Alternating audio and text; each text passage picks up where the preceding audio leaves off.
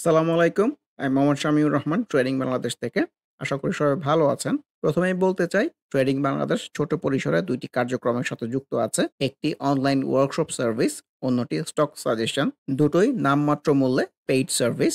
২ ঘন্টার মাত্র ২ টি সেশনের মাধ্যমে এই ওয়ার্কশপটি ডিজাইন করা হয়েছে। স্টক প্রাইসের বেসিক ক্যারেক্টারিস্টিক্স এবং কিছু ইফেক্টিভ স্ট্র্যাটেজির কম্বিনেশন করে এই ওয়ার্কশপগুলো ডিজাইন করা।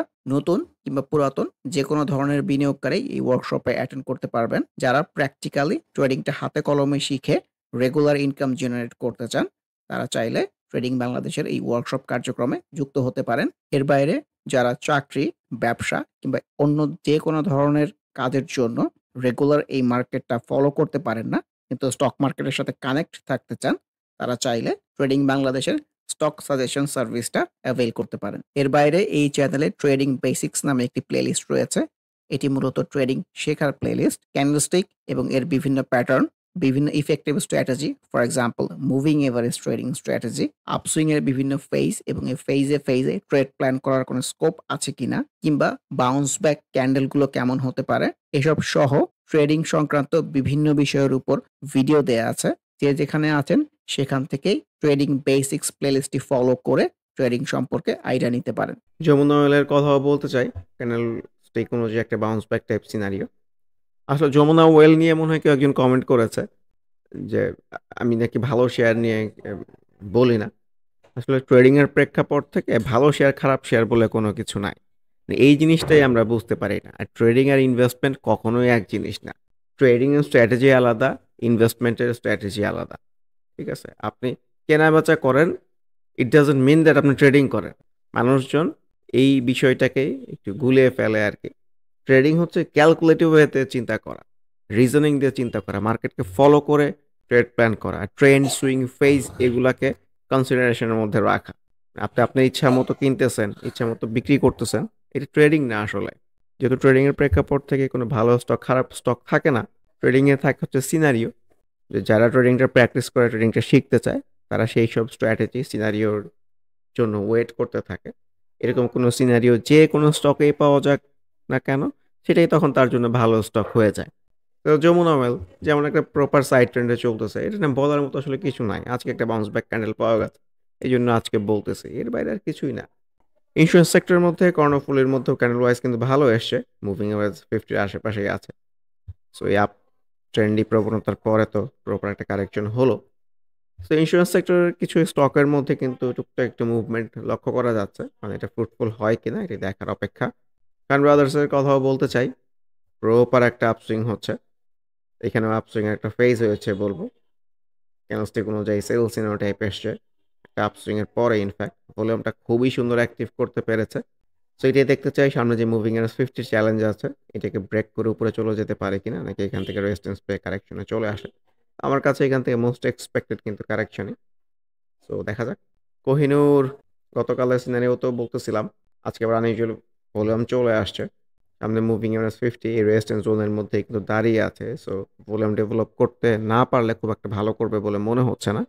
কেপিসিএল খুবই সুন্দর রিফ্লেক্টেড হচ্ছে, ভলিউমটাও বৃদ্ধি পাচ্ছে, সুইংটা উপরের দিকে যেতে যাচ্ছে। সো অবজারভেশনের ভেতরে রাখেন। কেপিপিএল মুভিং এভারেজ 50 থেকে একটা রেজিস্ট্যান্স জেনারেট করতে পেরেছে। সামহাও একটু নিচে এসে যে একটা রিটেস্ট পায়, এটাও কিন্তু সুন্দর ট্রেড প্ল্যান করার জায়গা হবে যদি ভলিউমটা অ্যাক্টিভ রাখতে পারে। লেগাসি ফুড ভালোই রিফ্লেক্টেড হয়েছে বলবো এই ছোট্ট ছোট্ট সিনারিওগুলা। কিন্তু আবার এখানে আনইউজুয়াল ভলিউম চলে আসছে। কিন্তু আগামীতে যদি এর চেয়েও ভালো ভলিউম ডেভেলপ করে এই ধরনের বড় আনইউজুয়াল হয়, সেক্ষেত্রে কিন্তু আমরা একটা sell scenario followed by correction দেখবো। ভলিউমের অ্যাক্টিভিটি রাখতে পারলে সুইংটা কিন্তু অনেক দূরে যেতে পারে। লাভেলের কথাও বলতে চাই, খুব সুন্দর যে রিফ্লেক্টেড হয়েছে তেমনও না। মুভিং এভারেজ 20 থেকেই একটা সেল সিনারিও টাইপে এসছে, ভলিউমটাও কমে গেছে, এটাই চিন্তার বিষয়। লুব্রেভ সিনারিও তো ভালো মনে হচ্ছে না, কারণ ভলিউমটা ডেভেলপ করতে পারছে না। দেখা যাক।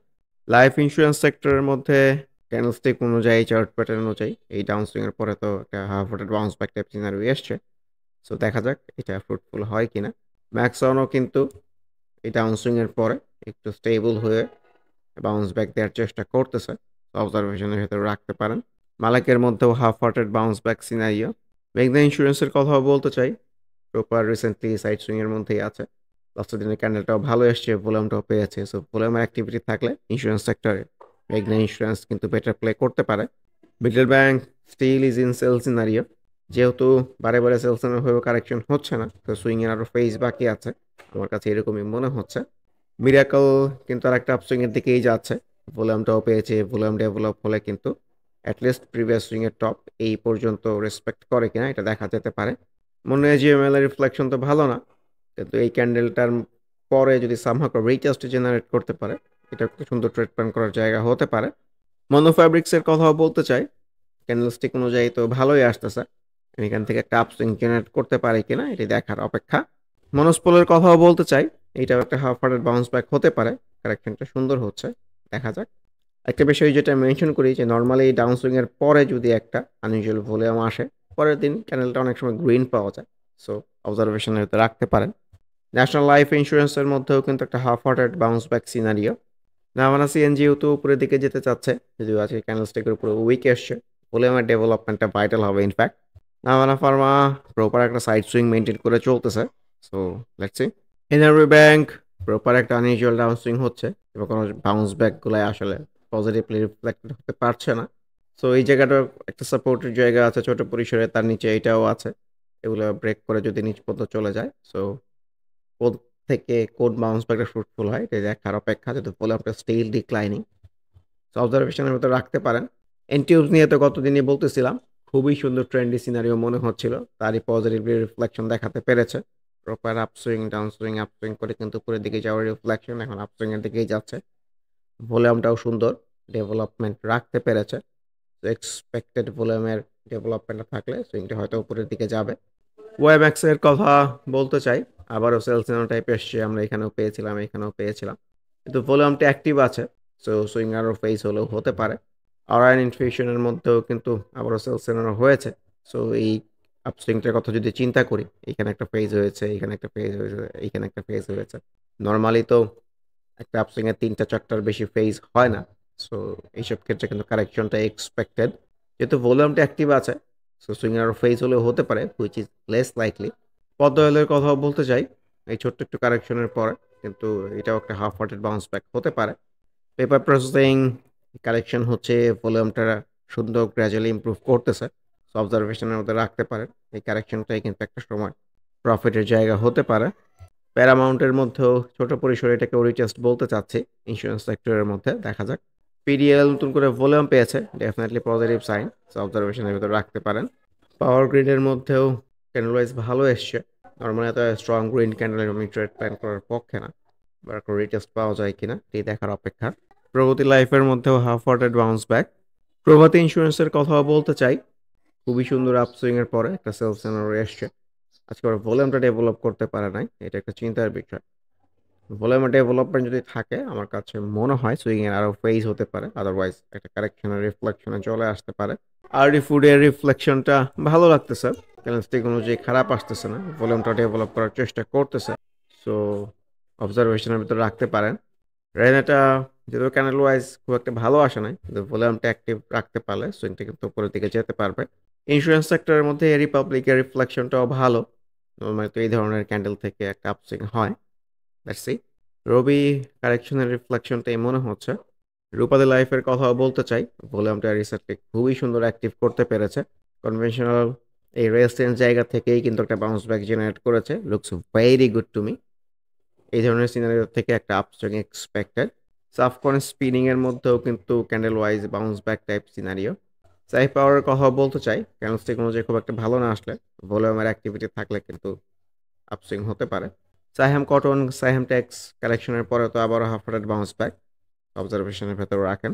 সালভো এই 3 দিনের সিনারিওকে তো ছোট পরিসরে রিচার্জ বলাই যেতে পারে, আর এটা ফ্রুটফুল হয় কিনা এটাই দেখার অপেক্ষা। সমরিতার কথাও বলতে চাই।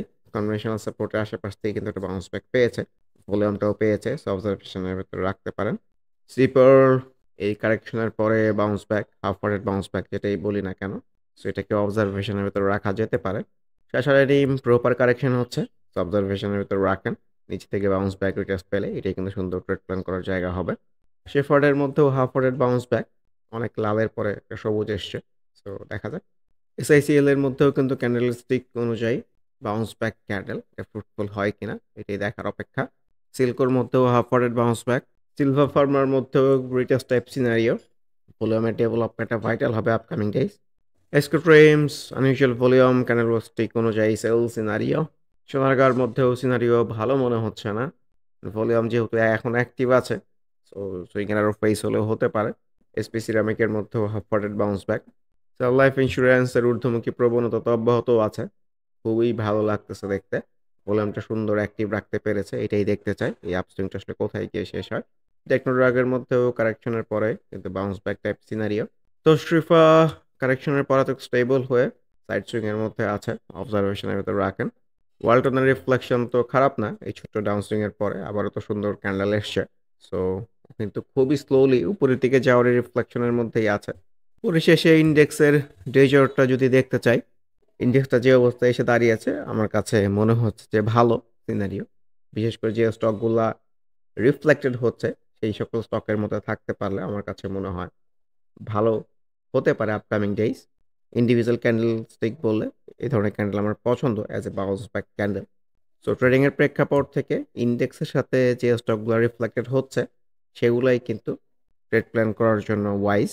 সো আপকামিং ডেইজ এইখান থেকেই প্রপার একটা আপসুইং হবে এই ধরনের আশাবাদ ব্যক্ত করে আজকের মতো ডিসকাশনটি শেষ করতে চাচ্ছি। আবারও মনে করিয়ে দিতে চাই, যারা নামমাত্র মূল্যে প্র্যাকটিক্যাল ওয়েতে ট্রেডিংটা হাতে কলমে শিখে রেগুলার ইনকাম জেনারেট করতে চান, তারা ওয়ার্কশপ অ্যাটেন্ড করতে পারেন। এর বাইরে এই চ্যানেলের ট্রেডিং বেসিক্স প্লেলিস্টের ভিডিওগুলো দেখে যে যেখানে আছেন সেখান থেকে ট্রেডিং সম্পর্কে আইডিয়া নিতে পারেন। এর বাইরে স্টক সাজেশন কার্যক্রমেও যুক্ত হতে পারেন। সবাই ভালো থাকবেন। আল্লাহ হাফেজ। Happy trading.